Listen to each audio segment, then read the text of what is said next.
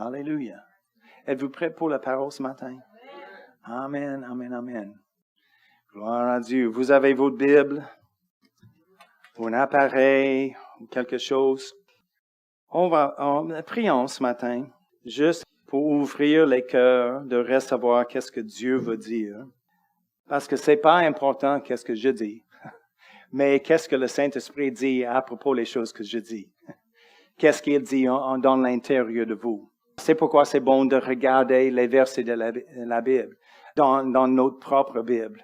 Parce que dans la semaine ou plus tard, le Saint-Esprit va nous rappeler d'un verset. On dit, oh, c'était où? Des fois, je connais pas la référence, c'est où dans la Bible, mais je me souviens dans la vraie Bible, c'était à gauche ou à droite, et on verra dans le livre de tel et tel, et c'est à droite quelque part. Donc, je peux regarder, je peux trouver comme ça. Mais si je ne regarde pas, j'ai aucune idée. Donc, c'est juste un aide. Alléluia.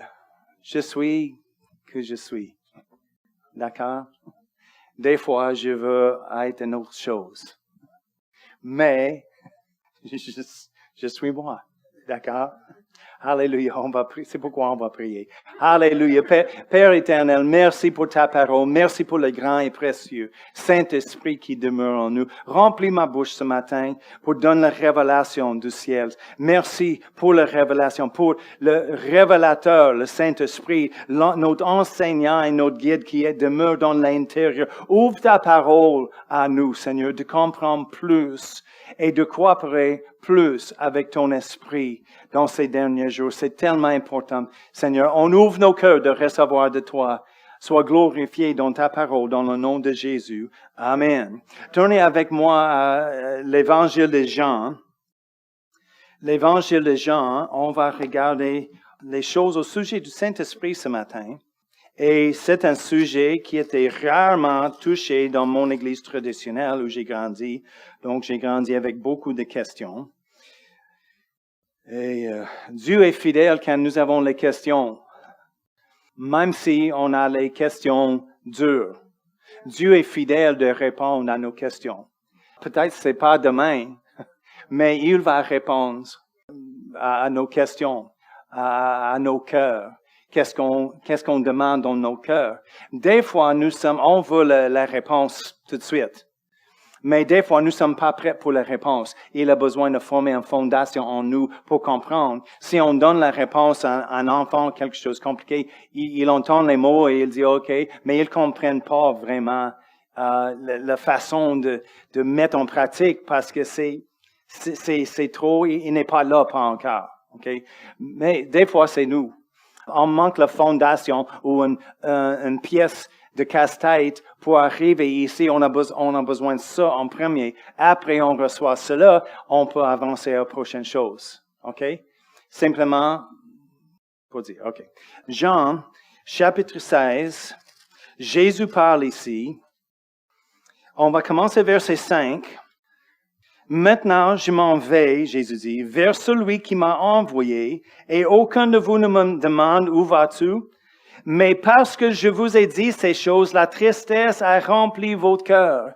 Il a dit aux disciples, il va partir et ils étaient tristes. On comprend. Ils étaient avec Jésus en tout temps, chaque jour, pour faire le ministère, pour manger. Ils ont voyagé ensemble, hébergé ensemble, fait les fêtes ensemble, les miracles, ils ont vu Jésus. Il était plein de sagesse, il a enseigné. Et tout le temps, il dit, OK, bye bye.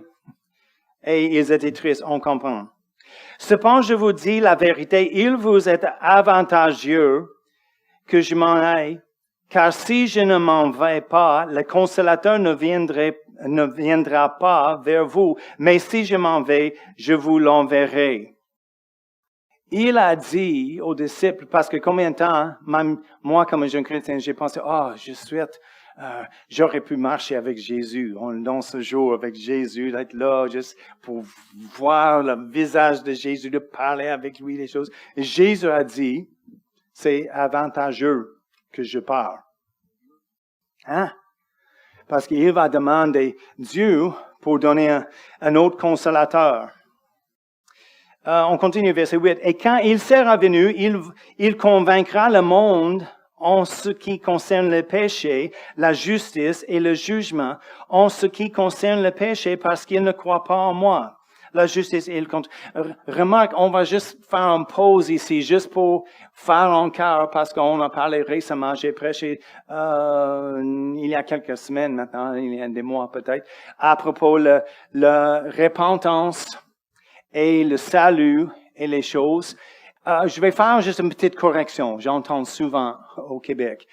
Quelqu'un a pris la prière de repentance. Il était sauvé, il a pris la prière de repentance. C'est pas vraiment une prière de repentance. Okay? C'est la prière du salut. Il a accepté Jésus, il était sauvé.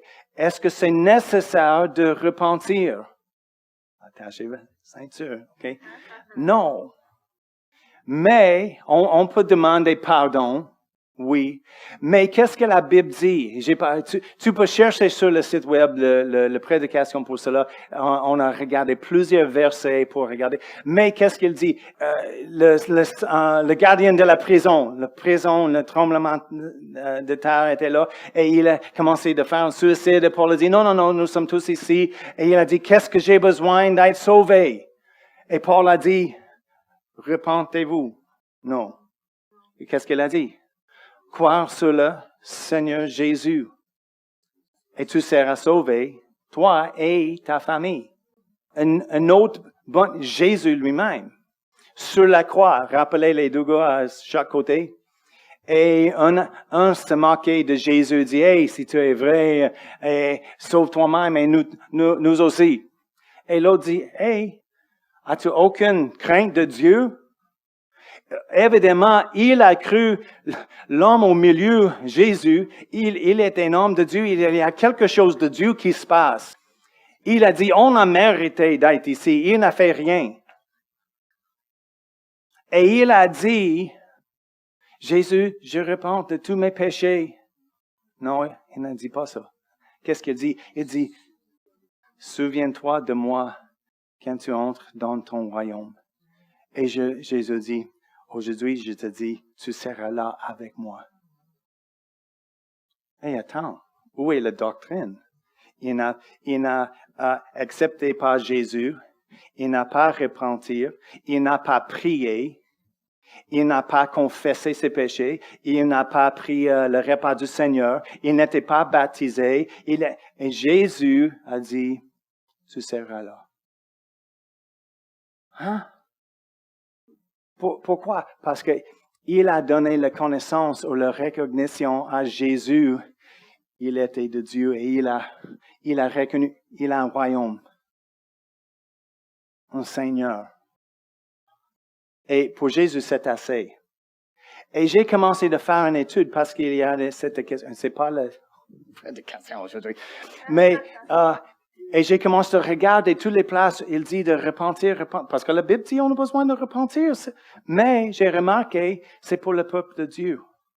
Encore et encore et encore. J'ai pris le Concordance Strong's, tu peux chercher un mot, et il donne le mot, l'original, dans les hébreux ou le grec, et il énumérait chaque place ce mot est trouvé dans la Bible, chaque verset. J'ai commencé de regarder chaque verset pour repentir, la repentance et des choses. Jusqu'à maintenant, j'ai regardé 50.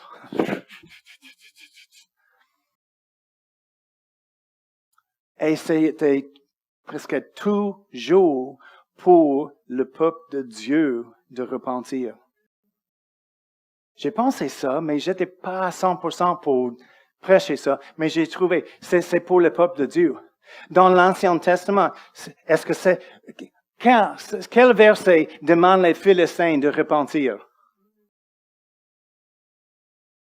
C'est pas là. Mais toujours, les Israélites, les enfants d'Israël, pourquoi? Parce qu'il est supposé de connaître Dieu. Il est supposé de servir Dieu, mais il fait beaucoup de toutes sortes de choses. C'est pourquoi Jean le Baptiste, il est arrivé, il a fait un baptême de repentance. Pas pour les Philistins, pour les Juifs qui connaissent Dieu. Même dans le jour de Pentecôte, dans le 2e chapitre des Actes. Repentez-vous. Il parle de qui? Il parle aux Juifs qui étaient là. Il dit, il y a plusieurs Juifs de plusieurs endroits, de tel et tel et tel et tel et tel. Et là, repentez-vous. Qui? Le peuple de Dieu encore. Mais, qu'est-ce que le péché du monde? C'est notre problème dans l'Église et c'est le problème dans le monde avec l'Église. On a besoin de repentir parce qu'on connaît Dieu, on connaît le chemin et si on sort le chemin, on a besoin de repentir et revenir dans le chemin. D'accord? Mais on essaie de forcer les règlements sur nous, sur le monde. Hey! Juste nommer un péché. Tu as besoin d'arrêter ça. Adultère, homosexuel, tu fumes, je sais pas. Les gros, les petites. Hey, arrête cela, Dieu n'aime pas ça. C'est pas un enfant de Dieu. C'est pourquoi on a besoin d'accepter Jésus. Le monde reçoit Jésus. Jésus arrive, il habite en nous avec son esprit. Et maintenant, le Saint-Esprit, il rend témoignage dans l'intérieur de nous. Quand tu fais ci et ça, il dit, et on dit, qu'est-ce que se passe? On fait la partie. J'aimais ça toute ma vie, mais maintenant, j'aime pas ça. Parce que notre nature, on n'a pas la nature de party maintenant. Nous avons la nature sainte. Nous sommes les saints de Dieu. Donc, arrête à dire, je suis pécheur, sauvé par la grâce. Non, tu n'es pas pécheur. Tu n'es pas pécheur. Tu étais pécheur. Tu étais sauvé par la grâce de Dieu. Maintenant, nous sommes les rachetés, les saints, les guéris, les victorieux, les saints de Dieu. Autrefois, il dit en Éphésiens, on était parmi leur nombre. Pas maintenant. C'est pas comme, nous sommes meilleurs maintenant. Non, il a dit, rappelez d'où tu viens. Parce que autrefois, on était parmi eux. On était les pécheurs. Mais maintenant, notre nature a changé. La puissance de péché est brisée en Jésus-Christ. On chante cela. Mais des fois, on ne comprend pas. Maintenant, nous avons la capacité de repentir et aussi l'obligation, quand on fait les erreurs, de repentir. Avant, on avait la nature de fils de colère, la nature du diable, parce qu'on était dans la famille du diable. Et qu'est-ce que les pécheurs font? Ils pêchent. Je donne l'exemple, en tout le temps, le chien jappe. Arrête de japper! Non, c'est pas bon, on n'aime pas ça. C'est son nature. Il n'est pas capable de faire une autre chose. Il jappe. C'est un chien. Pour arrêter de japper, on a besoin de changer son nature. Si tu veux, il dit « bon matin ». Il est chien, désolé, il dit pas ça. On peut donner les biscuits et faire toutes choses, il va jamais dire « bon matin ». Mais si on peut changer son nature de l'intérieur, dans la nature humaine de parler, un jour il peut changer. Et après, quand il jappe, il dit, j'aime pas ça. C'est pas mon nature maintenant. Plusieurs chrétiens continuent de japper. Mais, qu'est-ce qui se passe? J'ai jappé toute ma vie, donc Dieu me comprend, je suis le chat, je jappe. Non, votre nature a changé maintenant. Amen. Tu comprends? OK. Alléluia. C'est ça. OK. C'est bon. OK. Êtes-vous prêts pour le prêche de ce matin? Retournez à Jean 16, verset 9, parce que c'est connecté. OK? Verset 8. Et quand il s'est revenu, le Saint-Esprit, il convainc le monde en ce qui concerne le péché. Attends, tu dis... Non, attends. Le monde en ce qui concerne... Et verset... oui, la justice et le jugement, en ce qui concerne le péché pour le monde, parce qu'il ne croit pas en moi. C'est le seul péché Dieu est préoccupé avec pour le monde, les non-chrétiens, et le péché de ne croire pas en Jésus. Par le bavardage, par le fumer, par de coucher avec toutes choses qui bougent, par de faire ci et ça, et toute la cochonnerie, tu comprends? Il y a les mauvaises choses qui se passent. Dieu dit, oublie ça. Il n'a pas la capacité de repentir. Il n'a pas la capacité d'abandonner cela. C'est dans leur nature de faire cela. Comment on change la nature? Qu'est-ce que tu fais avec Jésus? Jésus a demandé les disciples, les autres disent, je suis qui? Oh, tellement dit ci, ça. Et tu dis que je suis qui? Et Pierre a répondu, qu'est-ce que Pierre a dit? Tu es le Christ, le Fils de Dieu. Ah, ouais, bravo, Pierre. Une fois, il ouvre la bouche et les bonnes choses sortent. On rit de lui, mais on fait la même chose, n'est-ce pas? On garde pour les points. Mais oui, et sur cette révélation, Jésus dit, il bâtirait son Église. Il bâtira son Église. Sur quoi? Pierre Long? Non, la révélation, il a reçu que Jésus est le Christ, le Fils de Dieu. C'est la chose primordiale, surtout pour chaque personne non sauvée. Qu'est-ce que tu fais avec Jésus? Mais l'Église, on a fait mal quand on dit, oh, tu as besoin d'arrêter ça. Jésus peut t'aider. Oui, c'est vrai, Jésus peut t'aider, mais tu as besoin d'accepter en premier. Et après, il demeure dans l'intérieur. Maintenant, il est dans une position de nous aider. Et le Saint-Esprit est là. Donc, juste pour dire, on ne dit pas, c'est juste une petite nuance vraiment, mais on ne dit pas la prière de repentance. Oui, des fois, quand on conduit les personnes au Seigneur, ils répètent après nous pour dire « Pardonne tous mes péchés », c'est bon. C'est correct. Est-ce que c'est exigé? C'était pas exigé sur la personne avec Jésus sur la croix. C'était pas exigé pour le centenier. Mais encore, on dit ça, et c'est bon. Et il y a des personnes qui repentirent. Ils comprennent. Oh, maman m'a dit... Et Jésus est vrai, et j'ai fait ci, j'ai fait ça, oh, ma vie est toute à l'envers, et j'ai fait les mauvaises choses, oh, pardonne-moi. Gloire à Dieu, c'est merveilleux. On n'arrête pas de dire, oh non, fais pas ça. Non, tu m'as compris. Parce que le Seigneur nous conduit dans sa présence, dans notre salut. Et on reçoit, si quelqu'un repentir, bon, des fois, et combien de vous, lève pas les mains, après quelques années, vous êtes sauvés, ou même plusieurs mois, et le Saint-Esprit dans l'intérieur dit, OK, on a besoin de régler ça, on a besoin d'arrêter ça. Hein? Ou tu as entendu un prêche, oh, c'est le péché, oh, je dis ça en tout le temps, je fais ça en tout le temps. Et le Saint-Esprit, oui, on va changer ça. Ah, OK. Si c'est nécessaire de repentir, on ne comprend pas tous nos péchés quand on arrive à Jésus. Certaines choses, oui, parce que maman a dit. Maman dit, c'est bon, c'est pas bon, c'est pas bon. Mais maintenant, avec le Saint-Esprit dans l'intérieur de nous, pour les chrétiens, il parle dans une autre façon. Okay? Mais pour le monde qui concerne les péchés, Jésus a dit, parce qu'il ne croit pas en moi. C'est le grand. Je m'excuse, c'est le grand concern. OK.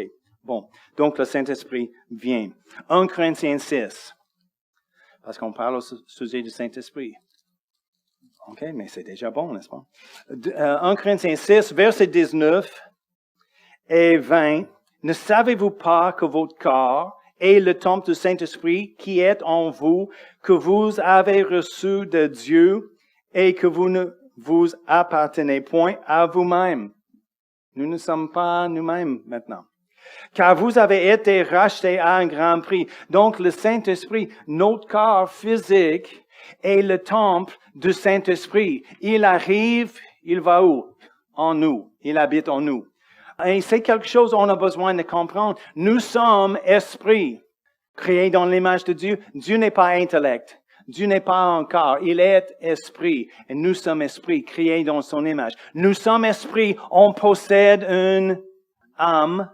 Et on habite dans un corps physique. Plusieurs chrétiens pensent, oh, l'esprit, l'homme, c'est la même chose. Et juste pour savoir, c'est en français, c'est un peu compliqué, parce que l'esprit, ça veut dire les pensées, des fois, il a changé son esprit. Ici, quand je parle de l'esprit, je dis jamais ça. C'est toujours notre esprit, la partie de nous qui est recréée en Jésus, quand on devient une nouvelle création. Il changeait notre esprit. On était morts dans nos péchés. On n'était pas malade, on n'était pas guéri spirituellement. On était morts et on était recréé, une nouvelle création en Jésus-Christ maintenant. C'est le travail du Saint-Esprit. Quand on accepte Jésus, dit, je crois en toi, il arrive. Nous sommes recréés.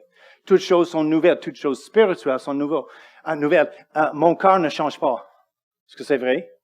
Mes pensées, mon intellect ne change pas.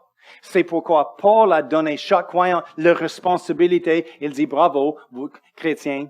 Maintenant, présente vos corps physiques comme un sacrifice vivant à Dieu. C'est une culture raisonnable. Et aussi, renouvelez votre intelligence. Parce que tu continues de penser comme un chien. Tu n'es pas un chien maintenant. Oh, on a besoin de lire le manuel. J'ai besoin de penser comme quoi? Comme Dieu. Qu'est-ce qu'il pense de nous? Qu'est-ce qu'il dit de nous? On a quoi en lui? On peut faire quoi en lui? Amen. Sinon, on continue de penser dans notre ancienne façon, on va continuer de vivre même si Jésus est dans l'intérieur, on va continuer les mêmes pratiques et les comportements qu'avant parce que c'est la seule chose qu'on comprend.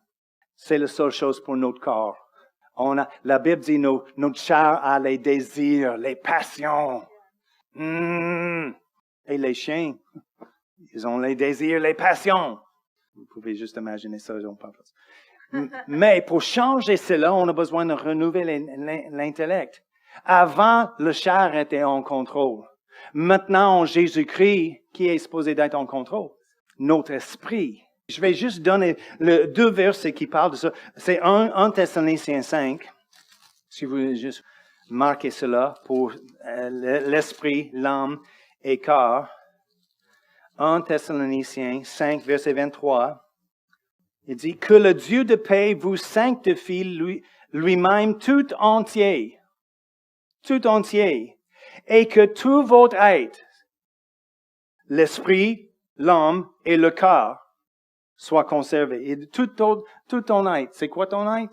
L'esprit, l'âme et le corps. L'esprit est le vrai nous. Rappelez en 1 Corinthiens 9, verset 27, Paul a dit, je traite mon corps sévèrement. Il traite son corps. Il a compris, je suis esprit, je suis pas corps. Je suis en contrôle et je règle, mon esprit, le vrai moi, je règle mon corps. Normalement, je vois ton corps arrive dans la porte. Oh, pourquoi? Je vois son corps. Et on pense physiquement tout le temps. Mais, c'est le vrai nous qui va rester éternellement avec Jésus. Si nous sommes nés de nouveau, on va habiter. C'est la partie de nous recréer en Jésus-Christ. Notre âme, c'est le psyché, toutes les choses psychologiques, notre intellect, nos volontés, nos émotions. C'est notre âme. Il y a une connexion entre les deux. Okay? Et on habite ensemble dans un corps physique. Paul a dit, c'est ma tente. Je dis, en tout temps, on fait le camping sur la terre dans notre tente. Une fois la tente est déchirée, on va partir. Okay? Un autre verset qui dit cela, Hébreux 4, verset 12, parce qu'il parle au sujet de la parole de Dieu. Et quand la parole de Dieu est vivante et efficace, plus tranchante qu'une épée, quelque à 2 tranchants, pénétrante jusqu'à partager ou séparer âme et esprit. Donc, c'est pas la même chose. C'est âme et l'esprit, ok? Juste pour comprendre.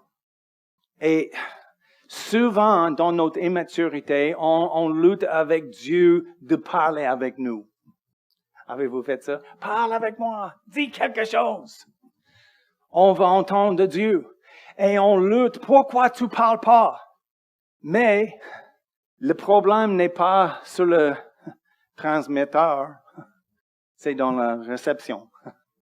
Parce qu'il parle en tout le temps. Il est en train de nous parler, de nous conduire, nous conseiller, nous diriger en tout le temps. Mais est-ce que nous sommes dans une position d'entendre? parce qu'il fait ça dans notre esprit par son esprit. Okay? Et c'est pourquoi souvent dans la Bible, on voit la phrase que celui qui a des oreilles entend ce que l'esprit dit. Pourquoi il dit ça? Parce qu'il dit quelque chose. As-tu entendu? Ah non, j'entends rien. Oui, des fois, parce que nous ne sommes pas dans la position d'entendre. OK. Romains 8. Regardez Romains 8. OK, nous sommes bons. Romains 8, versets 5, 6. Parce que ça prend... nous sommes appelés de vivre dans l'esprit et selon l'esprit. Mais on a besoin d'être conscient de l'esprit. Il est où? Il fait quoi? Il travaille avec nous comment? Si on ne comprend pas, comment on va entendre? Si on ne comprend pas comment le téléphone fonctionne, vous avez vu les vidéos des jeunes avec les anciens téléphones comment encadrant, oui. Et il n'avait aucune idée comment ça fonctionne. Il donne, okay, c'est le livre, le bottin de tous les numéros de téléphone. Cherchez un plombier et appelle sur le... Il commence, il pèse pas, OK, tournez-le. Et on rit parce qu'il n'avait aucune idée. Il parle avec personne comme ça. Tu as besoin d'enlever le receveur en premier. OK, ça fonctionne. Et tournez les choses. Comment vous n'avez jamais eu un comme ça? Oh. Jésus, viens bientôt. Ah, la vieillesse. Oui, je me souviens, combien de vous rappellent quand il y avait plus qu'une personne sur la ligne? Oui, OK. Guy, nous sommes vieux.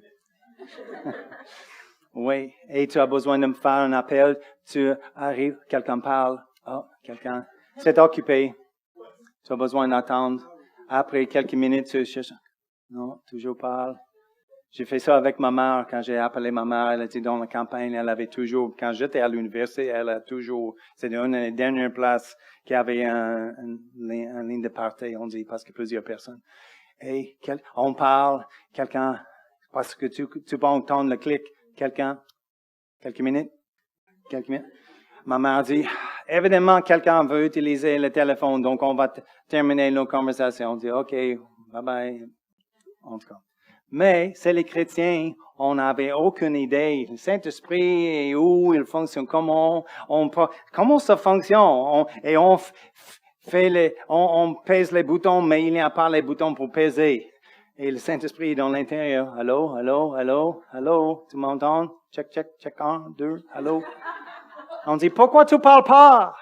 Dieu, j'ai besoin d'une réponse. Il est dans l'intérieur, clac, allô.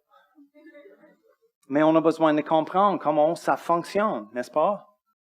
Et d'être plus conscient de ses œuvres et de lui. Donc, Romains 8, versets 5 et 6, il dit, en effet, ceux qui se conforment à leur nature propre se préoccupent des réalités de la nature humaine, tandis que ceux qui se conforment à l'esprit sont préoccupés par ce qui est de l'esprit. Une autre version, le second dit, ceux en effet qui vivent selon la chair s'affectionnent aux choses de la chair. Okay? On fixe nos pensées sur la chair. Nous sommes dans la chair en tout temps parce qu'on vit dans la chair, mais on regarde la chair en tout temps. Oh, qu'est-ce que je me sens? C'est quoi mes émotions aujourd'hui? C'est une bonne journée ou mauvaise? Oh, attends, je vais te dire. Je vais checker mon corps. Je vais checker mes émotions. Non, on check l'esprit. Amen. On a besoin de s'affectionner sur le Saint-Esprit dans l'intérieur. Qu'est-ce qu'il dit? C'est toujours une bonne journée en lui. Oh, mais il pleut. Oh, lundi, quand il y a la pluie, oh, je suis triste. Pourquoi? Qui est en charge ici? L'Esprit. Une autre traduction, j'aime, il dit, ceux qui sont dominés par la nature pécheresse pensent à des choses pécheresses. Mais ceux qui sont contrôlés par le Saint-Esprit pensent à des choses qui plaisent à l'Esprit. Donc, on a besoin juste, ça prend un effort. Parce qu'on travaille dans le monde. On fait les choses naturelles en tout le temps. Mais on a besoin d'être de plus en plus conscient qu'est-ce qui se passe dans l'intérieur. OK? Retournez en Jean 14. On a besoin d'être plus conscient de lui. Donc, il est où? C'est facile. Jean 14, verset 17. Et moi, je prierai, verset 16, le Père, et il vous donnera un autre consolateur afin qu'il demeure éternellement avec vous, l'Esprit de vérité que le monde ne peut recevoir. Ouais, le monde ne peut pas recevoir le Saint-Esprit. Quoi? Le monde reçoit Jésus. Et il vient en nous par son Esprit. Mais on ne demande pas les personnes sur la rue d'accepter le Saint-Esprit, non, d'accepter Jésus. Après, nous sommes sauvés, on accepte Jésus, c'est les croyants qui reçoivent le Saint-Esprit ou la plénitude du Saint-Esprit. Il y a une petite nuance là, et comme dans une église traditionnelle, j'étais offensé un petit peu pour dire, j'ai besoin de recevoir le Saint-Esprit. Je suis sauvé, j'ai le Saint-Esprit. Oui, c'est vrai. Absolument. Mais on parle du baptême du Saint-Esprit. C'est une deuxième chose. Nous sommes là, tournez à Jean 7, 37, juste quelques pages. Le dernier jour, le grand jour de la fête, Jésus s'était en debout, s'écriait, si quelqu'un a soif, qu'il vienne à moi et qu'il boive. Amen. C'est qui a la responsabilité là? Jésus était là, il crie, si vous avez la soif. OK? C'est comme les vendeurs au stade baseball. Hot dog! Hot dog, c'est pas tout le monde qui reçoit un hot dog. C'est quelqu'un qui dit, oh, je le veux. Yeah. Ici. Jésus fait la même chose. C'est pas automatique. Amen. Quelqu'un qui a soif. OK? Et celui qui croit en moi, des fleuves d'eau vive couleront de son sein, comme dit l'Écriture. Il dit cela de l'Esprit qui devait recevoir ceux qui croiraient en lui. C'est les chrétiens, ceux qui croient en lui, n'est-ce pas? Ils vont recevoir. Il dit cela de l'Esprit que devait recevoir ceux qui croiraient en lui. Encore, c'est pas le monde qui reçoit le Saint-Esprit, c'est les croyants qu'on reçoit les fleuves d'eau vive après. Oui, il arrive avec son esprit, c'est le puits dans l'intérieur, le puits de salut, mais ici, il parle des fleuves. Il y a une différence. Mais le Saint-Esprit dans l'intérieur de nous. Retournez à 14, Jean 14, verset 26. Je vous ai dit cette chose pendant que je demeure avec vous, mais le Consolateur, le Saint-Esprit que le Père enverra en mon nom, vous enseignera toutes choses et vous rappellera tout ce que je vous ai dit. Il va nous enseigner. C'est notre enseignant et il est où? Il est en nous. Le Saint-Esprit, il demeure en nous. Il va nous enseigner toutes choses. À notre place, en chapitre 16, verset 12, Jean 16, 12 à 14, j'ai encore beaucoup de choses à vous dire. Ah, moi aussi, Jésus. Mais vous ne pouvez pas les porter maintenant. Ah, oui. OK. Quand le Consolateur sera venu, l'Esprit de vérité, il vous conduira dans toute la vérité. Il va nous conduire dans toute la vérité. Et tu connaîtras la vérité et la vérité va vous affranchir. Pourquoi c'est important? Il nous enseigne la vérité parce que nous sommes affranchis par la vérité. Et le Saint-Esprit est où? Dans l'intérieur de nous.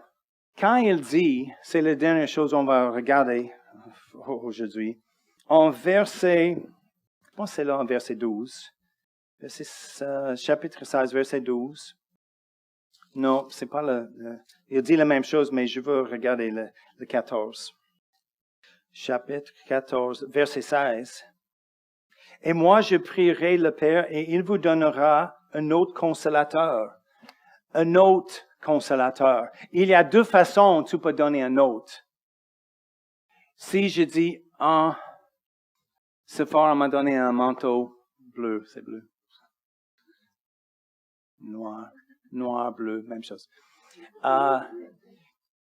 Et j'ai dit, oh non, j'aime pas cette couleur, donne-moi un autre.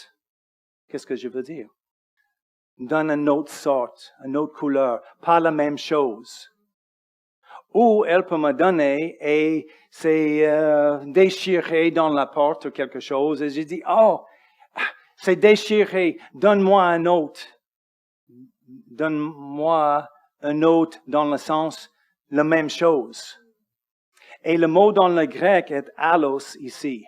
C'est intéressant. Allos, ça veut dire un exactement le même, pareil, la même sorte, identique même. Jésus a dit, je vais prier le Père, il va donner un autre consolateur. Il a dit, je suis le consolateur jusqu'à ce moment. Il était toujours là, il a conseillé, il a consolé, il a aidé, il a prié, fait beaucoup de choses pour eux. Il a dit, mais c'est avantageux que je pars. Pourquoi? Parce que Dieu va vous donner un autre, un allos, la même chose, un consolateur comme identique à moi. Et il sera avec vous à jamais. Jésus n'était pas toujours là. Rappelez, il essayait quelquefois de retirer seul pour prier. Hey, où est Jésus? J'ai une question.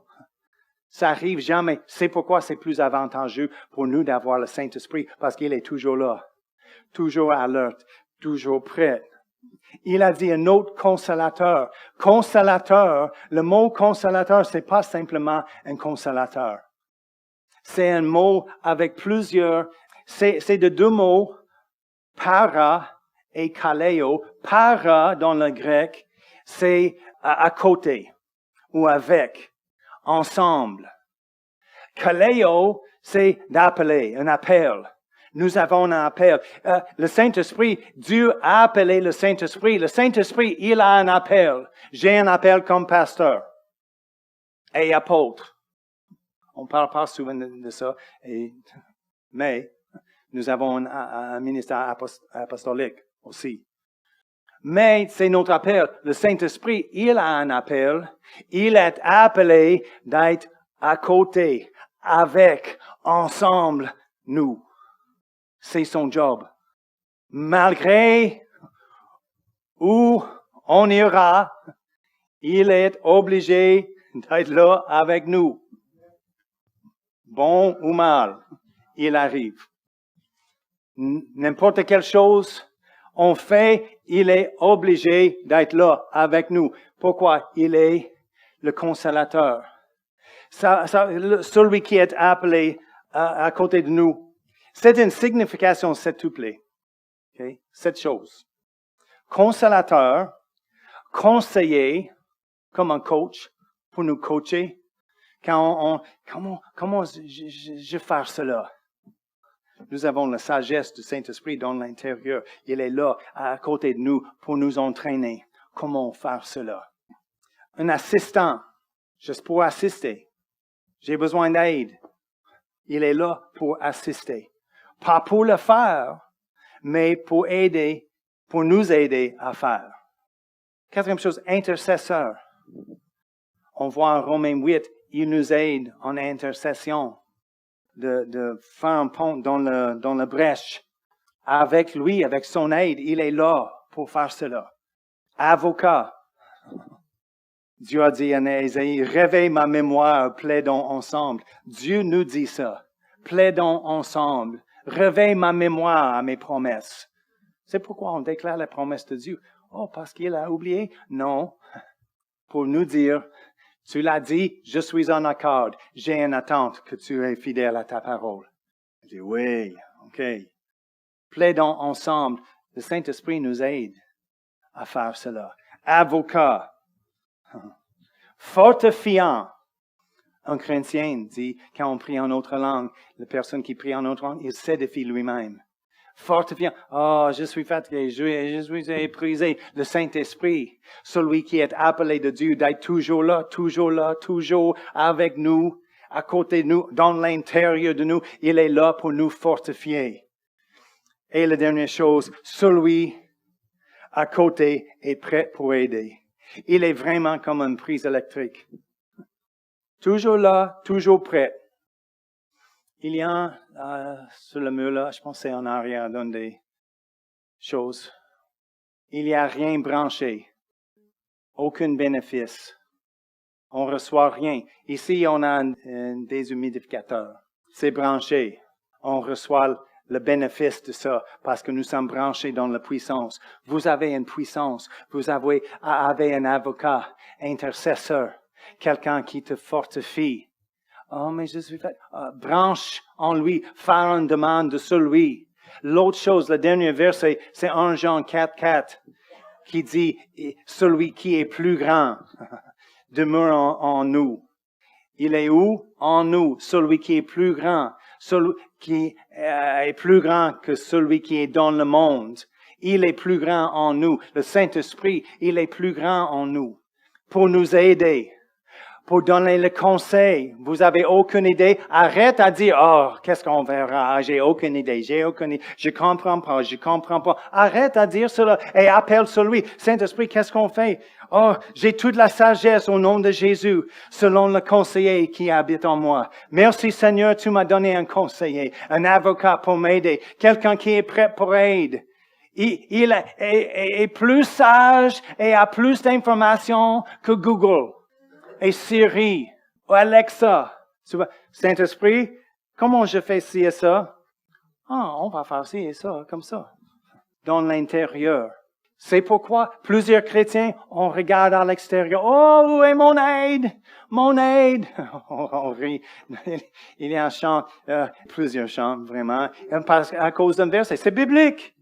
Je regarde les montagnes, d'où vient mon aide. Oui, dans l'Ancien Testament, aujourd'hui, nous avons une nouvelle alliance. Notre aide n'est pas loin. Hey, secours! On a besoin de crier très fort pour Dieu de nous entendre, pour arriver, pour nous aider. Non, il est déjà là. Il est dans l'intérieur de nous. On a besoin simplement de Jésus, aide-moi. Et le Saint-Esprit, son esprit, se lève en nous. Oui, je suis prêt. Qu'est-ce qu'on a besoin? Oh, la sagesse. Oh, oui, soudainement. Je comprends. Soudainement. Quand c'était le temps, on était à notre église en Floride. Et une autre madame, elle a fait la louange au piano. Et son mari était le pasteur adjoint. Et ils étaient là pour quelques temps. On était là, Sidney et moi, on s'est mariés pendant le temps. Et j'ai demandé à la madame, donne-moi la musique. J'ai joué du piano un petit peu, mais donne-moi la musique je voudrais apprendre les chants de l'église, comment faire cela. J'ai pris la musique, j'étais à la maison, un piano, c'est quoi ça? C'est C, B, G. J'ai dit, où est les notes? Parce que j'ai appris un peu, j'étais dans la bande, et j'ai joué du trompette, tu ne connais pas ça. J'ai joué du trompette, pas le meilleur non plus. Mais j'ai lu les notes. Donc, j'ai pris la musique, elle a fait toutes les choses, j'ai retourné, je comprends pas, j'ai essayé, mais c'est quoi ça? Où est les notes? Elle a ri, c'est les accords. Je comprends pas. Quelques mois plus tard, elle a annoncé, ils ont annoncé, on va retourner à notre état où on a grandi pour commencer une église. Et elle a recommandé au pasteur, j'ai besoin de prendre la louange. Et je suis capable de jouer du piano et de conduire la louange du piano. Et il m'a appelé pour dire, oui, c'est toi. J'ai dit, donne-moi la musique encore pour faire ça. Seigneur, aide-moi. Et j'étais au piano, j'ai regardé. J'ai dit, OK, attends. Oh, attends. OK. Oh, ça marche. Soudainement, comme révélation, j'ai compris. J'ai dit, oh, merci Seigneur. C'était pas bon, mais j'ai compris. C'était un commencement. Quand c'est le temps, quand c'est la volonté de Dieu, quand on demande, avant, j'ai juste essayé. J'ai demandé rien. Maintenant, OK. Et souvent, c'est notre problème, n'est-ce pas? On attend quand c'est nécessaire et urgent et on demande, brise-glace en urgence. Seigneur, qu'est-ce que je fais? Et dans sa miséricorde et sa grâce, il arrive pour dire, OK, c'est comme ça. OK. Et si tu m'as demandé il y a 6 mois, tu auras en ce moment la même réponse. Mais on attend, n'est-ce pas? pour le chat. Oh, non, arrête, je peux le faire. Comme les petits enfants de 2 ans, 3 ans, je peux le faire. Il est là et il est plus grand que chaque question, plus grand que chaque lutte, que chaque manque, que chaque maladie, que chaque question, que chaque catastrophe, que chaque désastre, que chaque enfant errant. Il est plus grand que chaque relation dans la famille brisée. Il est plus grand que tout. Plus grand que tout. Mais on a besoin de réaliser, il n'est pas loin. C'est pourquoi on chante pas les chants comme ça. Et on chante pas les chants, oh, juste me montre que tu es proche. Voyons. Il est proche. C'est pas possible d'être plus proche que dans l'intérieur de moi. Montre-moi que tu es ici. Voyons, je crois, par la foi, il est ici. Oh, je me sens rien. Je me sens rien. Par la foi, je sais, parce que la Bible dit, il habite dans l'intérieur de moi. J'ai celui qui est plus grand dans l'intérieur de moi. Et quand j'arrive dans une circonstance et j'ai besoin de celui qui est plus grand, je dis, Hey Seigneur, qu'est-ce qu'on fait aujourd'hui? J'ai pas la réponse, pas encore, mais merci, tu me donnes la réponse et j'ai toute la sagesse, j'ai la faveur, j'ai la provision de Dieu il est plus grand que tout. Amen. Qu'est-ce que vous avez besoin? Dans l'intérieur de vous, il a la réponse. Ah ouais, mais immigration, c'est différent. Oh, l'économie, pasteur, tu comprends? Et ma job, tu comprends? Oui, il n'est pas capable. Désolé, j'ai oublié ta job. Il n'est pas, oublie ça. Non, plus grand que tout. Amen. Point final. Prions ce matin. Merci Père, merci pour le Saint-Esprit. Merci Seigneur, que tu as payé le prix, tu as donné le grand sacrifice. Et après, quand tu es parti, oui, nous sommes bénis par ta présence, par ton esprit. Il habite en nous. Aide-nous de réaliser tous les bienfaits de ton esprit, d'avoir un avocat, un conseiller, un consolateur, celui qui aide, quelqu'un qui me fortifie, prêt à nous aider en tout le temps, pas loin, pas sur les vacances, pas à distance, mais dans l'intérieur de nous, 24/7. Aide-nous d'être conscients de cela, cette vérité, et d'appeler pour l'aide quand c'est nécessaire. Et tu vas nous diriger dans toutes les affaires de cette vie. Et tu seras glorifié dans nos vies parce qu'on peut dire, oh, c'était pas moi. Et tout le monde qui regarde les circonstances, oh, ils vont dire, c'est pas lui. Il avait l'aide. Ton aide arrive d'où? C'est de mon Dieu, mon Seigneur et son esprit qui m'aide, qui est toujours là, toujours prêt. Sois glorifié, Seigneur. Même dans nos besoins, parce que tu donnes la réponse et tu es glorifié en tout le temps dans nos vies, dans nos familles, dans notre Église, dans le nom de Jésus. Amen et Amen. Donc, va avec confiance aujourd'hui, avec lui, demande cette semaine. On n'a pas, la Bible dit, parce qu'on ne demande pas, demande aide de lui. On vous aime. À bientôt.